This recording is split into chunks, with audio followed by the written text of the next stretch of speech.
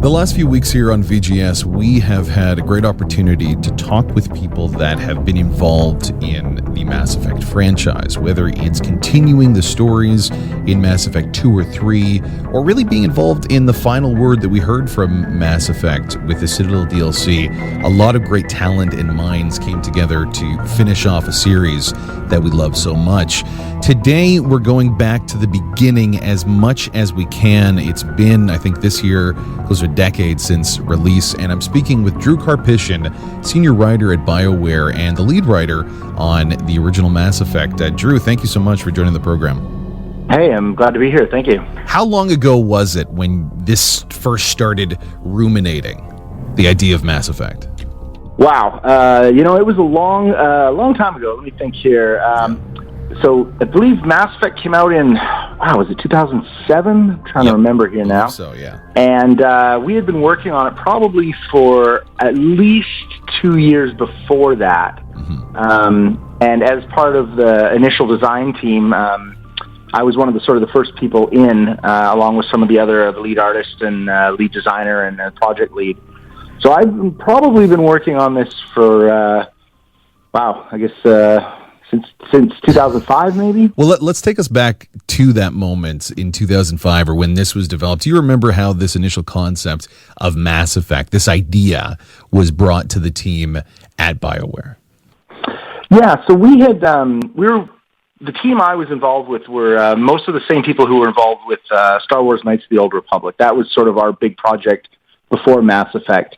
And we'd come off of that game, and we were looking to do our own unique science fiction property, our own intellectual property, our own universe that we could build in. We love the Star Wars universe, so we wanted to do our own thing. And we kind of decided we would sit down and think about all the science fiction things we love, books, movies, TV shows, and try to see if we could sort of get at what was the core about them that made us like them so much. And the team was mostly made up of people who had kind of grown up in what we call the golden age of movie sci-fi, which was sort of the 80s, with things like Alien and Aliens and Terminator franchise and Blade Runner. Those were movies that we all kind of had gravitated towards.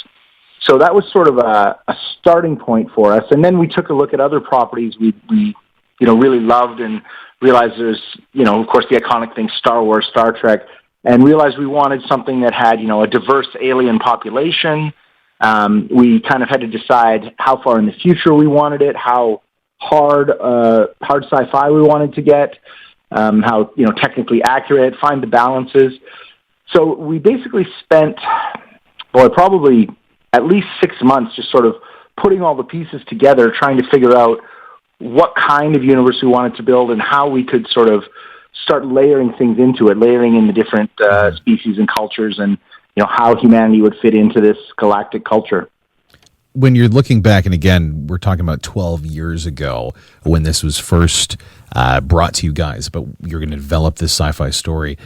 There's different pieces that you were putting together. Were there any massive pieces at the beginning of Mass Effect that could have went one way that now that you look back, say, this is how the story could have went? It's kind of amazing 12 years later to look back. Is there any moments like that when you were developing this franchise into a way that might be unrecognizable to what we have currently? Well, I don't know if it's quite that way. More what we do is we try to figure out what our basic, sort of our core fundamentals are, right? And we decided it would be humanity trying to find their place in the universe. What surprised us was sort of the things that became popular as the series grew and as the games progressed. For example, the Cerberus and the Elusive Man, we, in the initial game, thought they would just be a very small sort of little side quest that people could run across. They weren't really a big part of the intellectual property. They weren't really tied into the core story in any way. And people just kind of reacted to them. People kind of had a strong, I don't want to say identification with them because they do some dark stuff, but people were very interested in them. And we took that and sort of built on that and expanded that.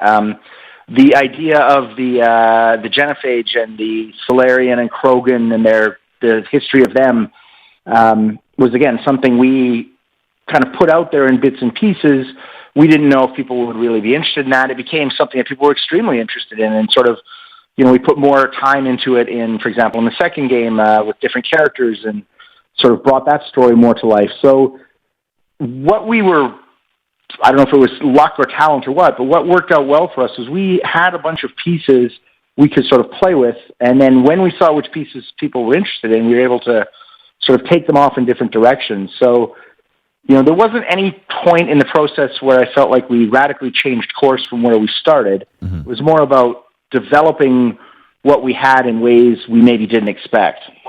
I love to look at some of those core characters that became such just stand-in important characters to this franchise that you guys were invented and created. Tell me a little bit about, if you can recall, Liara Tassoni, because from what you told me, you had a lot to do with the creation of this character.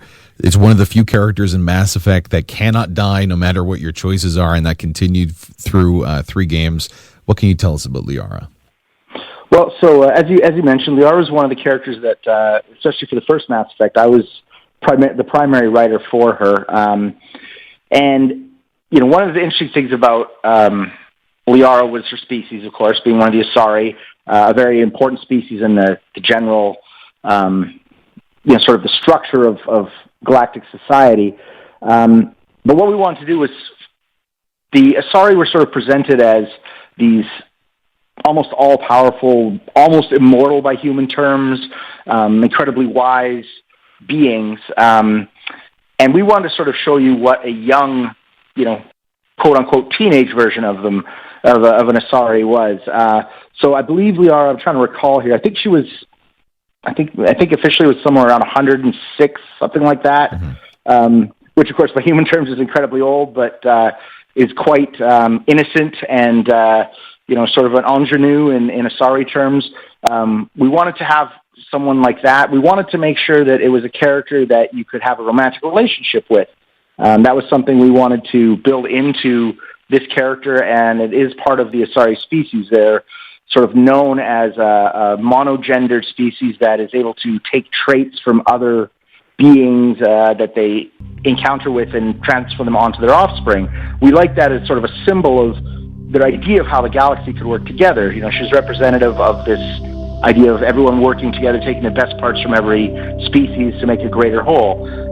These were some of the sort of the basics we worked with, and then we got the idea that she was also sort of, infatuated with the Protheans, this ancient race, and it was a good way to bring them into the story. So, we had a lot of things we wanted to do with her. We're continuing our talk with Drew Karpyshyn, senior writer at BioWare, about Mass Effect, the game that started it all, right after this.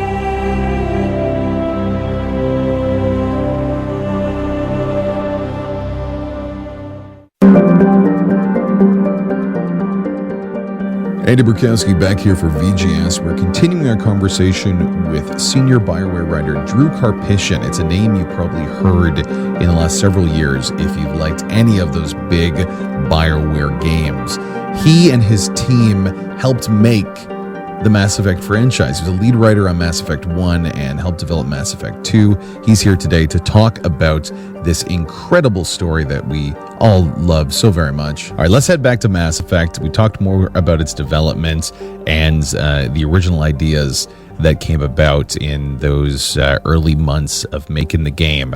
Do you remember either a meeting or just a moment where the word Reapers was put on the page or put in an email and saying, these are going to be the bad guys.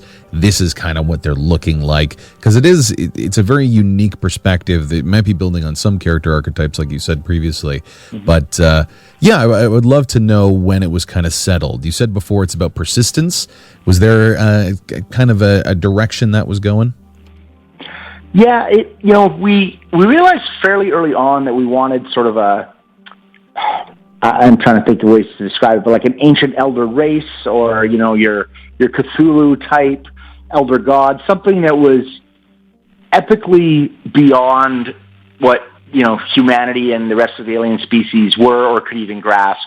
And I believe it was Casey Hudson, who was the project director, was at the time, there still is, a lot of interest in AI and, the potential for AI to, surpass the organic creatures that create it and become something so alien and so superior to us that we can't even understand them. We would be as insects to their gods.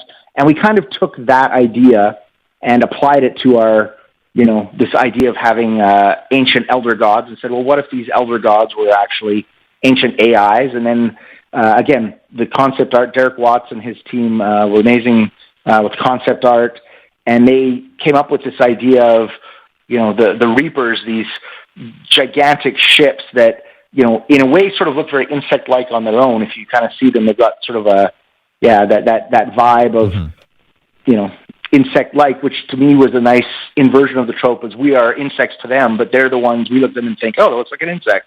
So I always found that was kind of a nice little reversal there. So it was pretty early on that we had the idea of this. The name Reaper took a long time to come sort of to get locked down.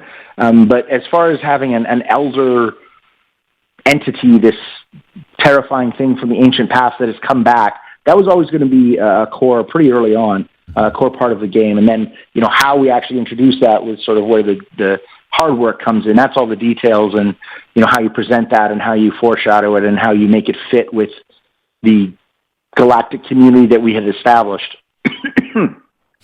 Well, again, thank you so much, Drew Karpyshyn, senior writer at BioWare, for taking the time talking about the characters that he helped develop. Their stories are now finishing. They're done. New stories are beginning in the Mass Effect universe with Mass Effect Andromeda. It's been a theme throughout our conversations, but you're looking back 12 years into the past in a lot of cases. Is there anything that you really, now with hindsight, wanted to explore, really wanted to do in Mass Effect that at the time just wasn't available? The budget wasn't there, the opportunity wasn't there, but just a place where you really wanted the story to go.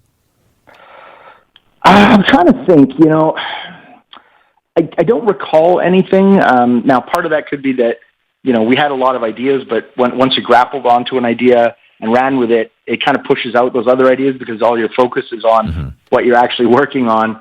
I'm sure there were things that I was, I wish we would have a chance to do more of this or more of that. But one of the great things about Mass Effect was between the feedback from the fans and the amazing team that we had and new people coming onto the team for Mass Effect 2, we were able to just keep building outwards. We didn't have to keep turning in. We didn't have to recycle things. I felt like we were able to keep moving forward with new ideas and expanding on ideas that we liked. And, it never felt like a project where I was denied anything. It always felt like a project where we got to do all the fun things we wanted to do. Now, as I said, maybe that's just because, you spend years of your life focusing on something. That's what you remember. So maybe I only remember the parts we actually did. But I don't have any sort of haunting regrets that spring to mind. Excellent. Well, thank you so much for your time. If I do have one more quick moment with you, Andromeda is coming out this month. Everyone is incredibly excited about it. We get to be in the world of Mass Effect again. It's a very big deal for a lot of people that love gaming. What do you hope this game, because you're still at BioWare and you said you've seen a lot of it, you can't say anything else than that. What do you hope this game will provide for the fans? I think it's just, as you said, it's just a chance to return to Mass Effect, but in a new way. Again, we're exploring something that we haven't explored before.